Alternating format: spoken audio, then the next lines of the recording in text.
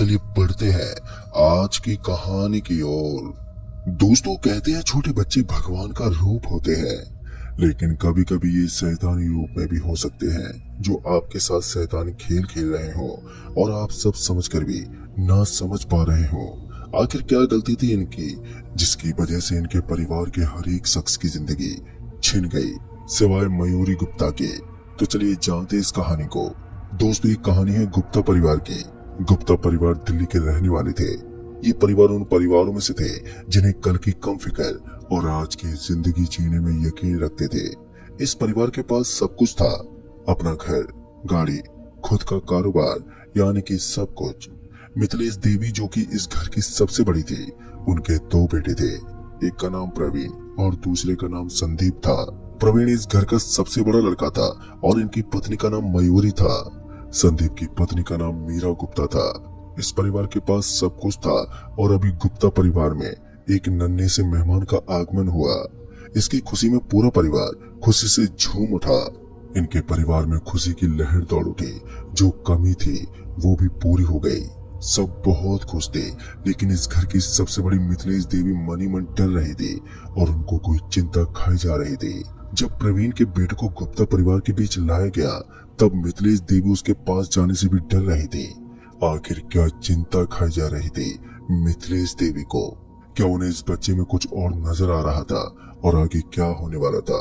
क्या इनका परिवार वही खुशहाल जिंदगी वापस से जीने में सफल हो पाता? नामकरण में उस बच्चे को नाम दिया गया।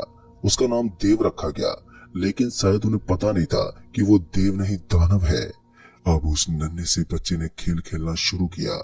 घर के सभी लोग काम करते थे, इसलिए देव को संभालने की जिम्मेदारी सिर्फ मिथिलेश देवी की ही थी।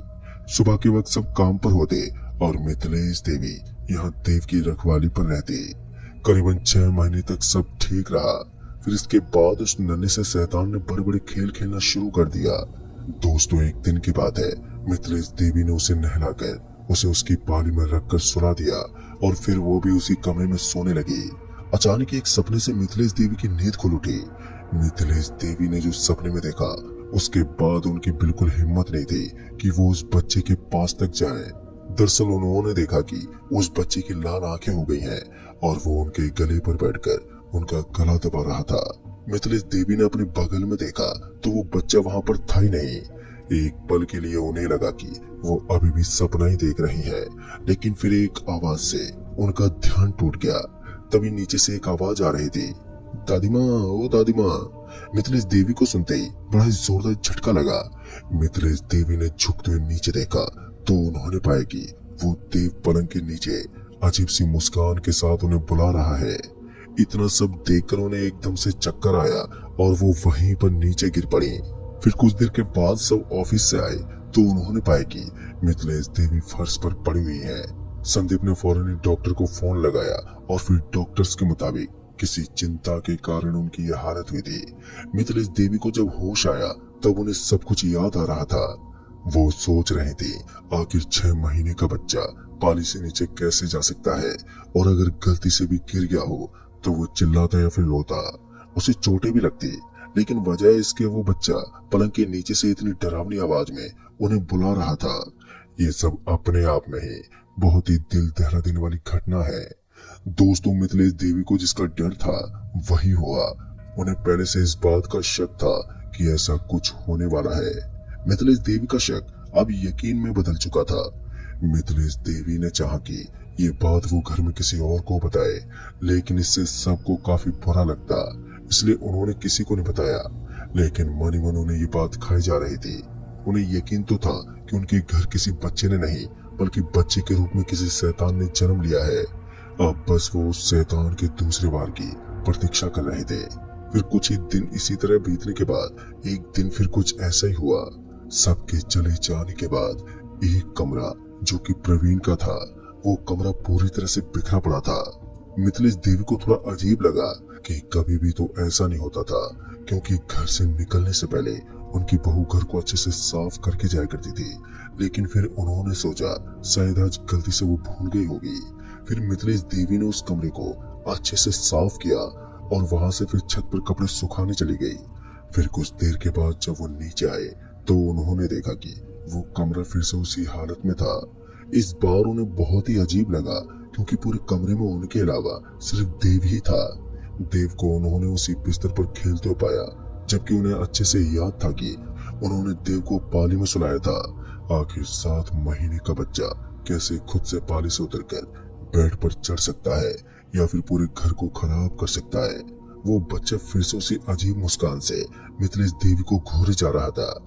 वो सिर्फ 2 ही शब्द बोलता था, दादी माँ, ओ दादी माँ, वो भी बड़ी ही खतरनाक मुस्कान के साथ। इस घटना के बाद अब उनको देव के साथ अकेला रहना मंजूर नहीं था, क्योंकि कभी भी वो बच्चा उनकी मौत का कारण बन सकता था। शाम को सब घर आए और अगला दिन रविवार का था। थोड़ी सुकून की बात थी कि कल सब घर पर रहेंगे। मिथिलेश देवी ने सोचा कि ये बात वो सबको बताएंगी। आधी रात को अचानक ही मिथिलेश देवी की आंख खुली, और जब खुली तो खुली की खुली रह गई।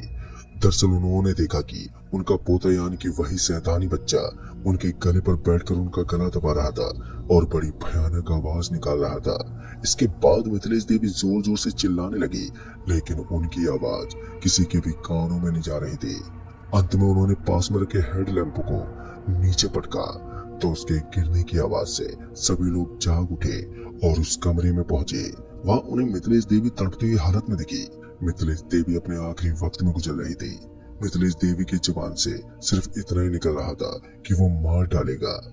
जब तक सब डॉक्टर को बुलाते कि मिथिलेश देवी चल बसी। उनकी मौत से पूरे घर में मातम सा छा गया, लेकिन वो बच्चा कोने में एक भयानक मुस्कान दे रहा था। मिथिलेश देवी की मौत से पूरा घर उदास था। और फिर कुछ दिन बीते। अब मिथिलेश देवी तो थी नहीं, तो देव की माँ ने और उनकी चाची ने काम छोड़ दिया और घर पर ही रहने लगी। फिर इसके बाद घर के अन्य लोगों के साथ हादसे होने शुरू हो गए। कभी सब्जियां काटते काटते मीरा के हाथ कट जाता, तो कभी पूरे घर की बिजली एक साथ चली जाती। कभी अजीब सी दुर्गंध आती, तो कभी दूध रखा रखा ही फट जाता। कांच का टूटना तो जैसे हमेशा का रूटीन बन गया था। घर को अच्छे से साफ करने के बाद भी कुछ समय के बाद ही घर की हालत बहुत ही खराब हो जाती। और तो और अब मीरा को धीरे धीरे बुखार और उल्टियां भी होनी शुरू हो गई। इतना सब होकर भी वो समझ नहीं पा रहे थे कि ये सब हो क्या रहा है और कर कौन रहा है। एक दिन प्रवीण ने देखा कि देव सीढ़ियों पर उल्टा चल रहा था और दूसरे पल वहां कोई होता ही नहीं। आखिर ये सब हो क्या रहा था, किसी को भी नहीं मालूम था। आखिर क्या बिगाड़ा था इस परिवार ने उस बच्चे का, जिसका अंजाम इतना भयानक था। फिर कुछ महीनों के बाद देव का जन्मदिन आया। वो पूरे 2 साल का होने वाला था। उस दिन घर में सिर्फ देव की जन्मदिन मनाने की तैयारी चल रही थी। देव की माँ ने एक पंडित को बुलाया। प्रवीण ने पूछा, मयूरी ये कौन है? तभी मयूरी ने जवाब दिया, ये पंडित जी है जो मुक्तापन मंदिर में बैठते हैं। मैंने इन्हें अपने बच्चे पर से काली नजर उतारने के लिए बुलाया है। तभी प्रवीण ने बोला, क्या मयूरी तुम भी पढ़ी लिखी होकर भी इन सब पे बिलीव करती हो? तभी मयूरी ने कहा, नहीं बाबा, मैं इन सब पे विश्वास नहीं करती। मुझे तो बस यूं ही ये मिल गए और फिर मैंने इन्हें बताया कि हमारे बच्चे का आज जन्मदिन है, तो ये हमारे बच्चे को आशीर्वाद देने आ गए। आइए पंडित जी आप। तभी पंडित जी ने जैसे घर के अंदर कदम रखा, उन्हें किसी नकारात्मक ऊर्जा के होने का आभास हो गया था। लेकिन आज खुशी का माहौल था, तो वो बस किसी को दुखी नहीं करना चाहते थे। इसलिए उन्होंने सोचा कि वो इन्हें कल बताएंगे। देव को उसकी माँ पंडित जी के पास ले आई। पंडित जी ने देव के सिर पर हाथ रखा और एक काला धागा उसके गले में एक माला के रूप में बांध दिया, ताकि इसे किसी की नजर न लगे। माला के बांधते ही वो बच्चा जोर जोर से चिंघाड़ने लगा और अजीब तरह से रोने लगा। उसे रोता देखकर सभी लोग चौंक उठे। वो जिस आवाज में रो रहा था, वो किसी बच्चे की रोने की आवाज तो बिल्कुल नहीं हो सकती। फिर प्रवीण ने उस माला को तोड़कर हटा दिया और इसके तुरंत बाद ही वो शैतानी बच्चा चुप हो गया। अब पंडित जी को पूरा यकीन हो गया था कि हो ना हो यही प्रेत है, और इसी की वजह से नकारात्मक ऊर्जा पूरे घर को बर्बाद कर रही है। और आज ही पूरे 2 साल का होने वाला है। इससे इसकी माया और बढ़ जाएगी और मुझे सबको बताना ही पड़ेगा। फिर उस पंडित जी ने कहा, दूर हट जाओ इससे। ये कोई बच्चा नहीं है, बल्कि एक शैतान है जो धीरे धीरे सबको अपना शिकार बनाएगा। तुम सब इसके अधीन हो जाओगे और आज की रात सबसे भयानक रात साबित होने वाली है। इतना सुनते ही प्रवीण गुस्से से लाल हो उठा और बोला, पंडित जी आप पंडित हैं, इसका मतलब ये नहीं कि आप कुछ भी बोले। आपकी हिम्मत कैसे हुई मेरे बच्चे के बारे में ऐसा कुछ बोलने की? तभी पंडित जी ने कहा, हमारा तजुर्बा कहता है बेटे, ये जिसे तुम अपना बच्चा कह रहे हो ना, ये तुम्हारा बच्चा नहीं है, बल्कि एक शैतान है जो तुम्हारे बच्चे के रूप में आया है, जो तुमसे बदला लेना चाहता है। तभी मयूरी ने हैरानी से कहा, बदला? कैसा बदला? तभी पंडित बाबा ने कहा, हाँ बदला, इसके और इसकी माँ के साथ किए गए पाप का बदला। तभी मयूरी ने फिर से पूछा, पर इसकी माँ तो मैं हूँ, फिर ये हमसे बदला लेने आया है? इतने में परवीन ने उसकी बात काटते बोला, पंडित जी आप निकल जाइए यहाँ से, चली जाइए यहाँ से। आपने हमारे बच्चे के बारे में इतना गलत सोचने की हिम्मत कैसे की? तभी प्रवीण पंडित को पकड़ते हुए बाहर की तरफ लेकर जाने लगा।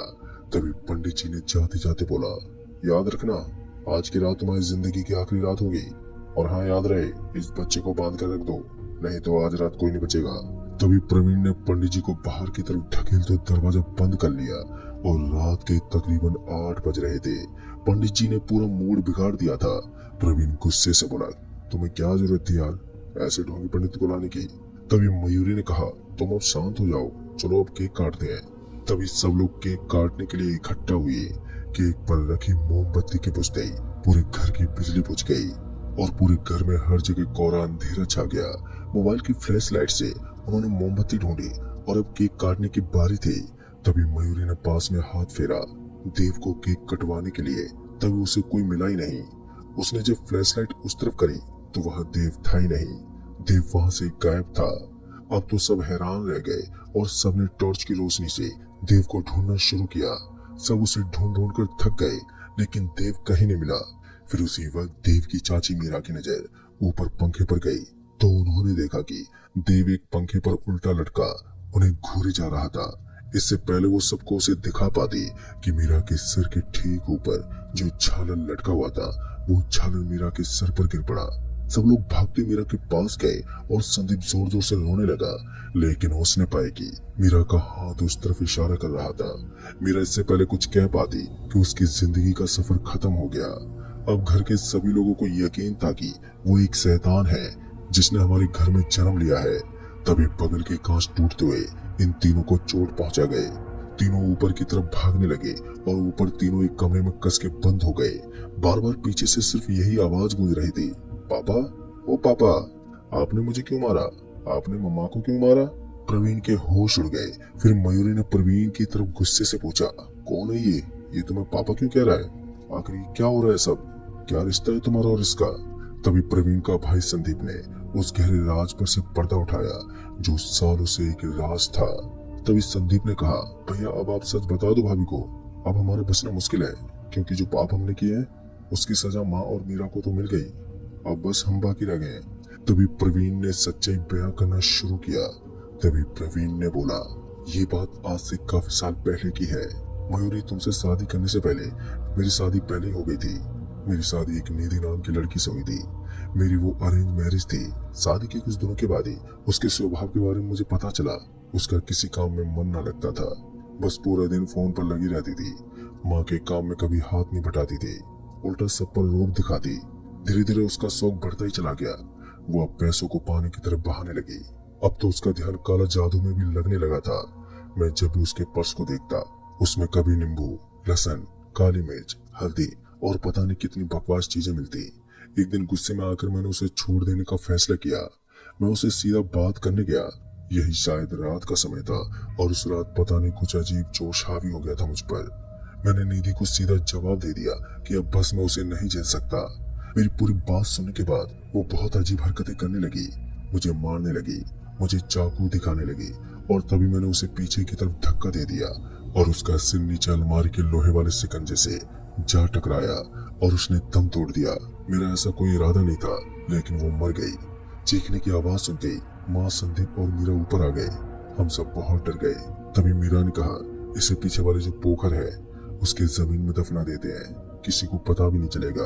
और पुलिस केस में फंस जाने के डर से हम सब ने मिलकर उसे यहीं पास के पोखर वाले जमीन में दफना दिया। अभी प्रवीण इतना सब बोल ही रहा था कि तभी पीछे से आवाज आई, मेरा क्या कसूर था पापा? आपने मुझे क्यों दफना दिया? मुझे क्यों मार दिया? उसकी डरावनी मुस्कान से सभी लोगों के रोंगटे खड़े हो गए। तभी संदीप ने नीचे की तरफ बाहर भागने की कोशिश की, लेकिन तभी उसका पैर फिसला और वो नीचे पड़े कांच के टुकड़े उसके शरीर में धंस गए और एक आखिरी चीख के साथ वो भी चल बसा। अब सिर्फ बचे थे तो प्रवीण और मयूरी। तभी प्रवीण ने हाथ जोड़कर माफी मांगी, लेकिन उसने उसे माफ नहीं किया। बल्कि उसे सिर पर लटकता बल्ब का पूरा वायर उसके शरीर पर गिरा दिया और बस वो भी मौत के घाट उतर गया। अब सिर्फ मयूरी बची थी। मयूरी प्रवीण के मौत पर रोई जा रही थी। फिर कुछ देर के बाद जब उसने आसपास देखा तो उसने पाया कि उसका बच्चा यानी कि वही शैतान वहां है ही नहीं और वो गायब हो गया। मयूरी की शायद कोई गलती नहीं थी, इसलिए मयूरी की जान उसने बख्श दी। खैर मयूरी अब जी के भी क्या करेगी, क्योंकि उनके पास अब जीने की कोई वजह भी नहीं है। एक पल में उसका पूरा परिवार छिन गया। इसलिए कहते हैं दोस्तों, भला यूं ही किसी के गले नहीं पड़ती। इसके पीछे पहला कदम या फिर आप ही की पहली गलती होती है, या उसका अंजाम कितना भयानक हो सकता है वो आप इस कहानी के माध्यम से देख सकते हैं। निधि भले ही मर गई हो, लेकिन उसके पेट में जो बच्चा था वो जिंदा था। अब प्रवीण चाहता तो उसे बचा सकता था, लेकिन उसने ऐसा नहीं किया, जिसका अंजाम इतना खौफनाक निकला। तो दोस्तों इस कहानी में बस इतना ही। तब तक के लिए बाय एंड टेक केयर।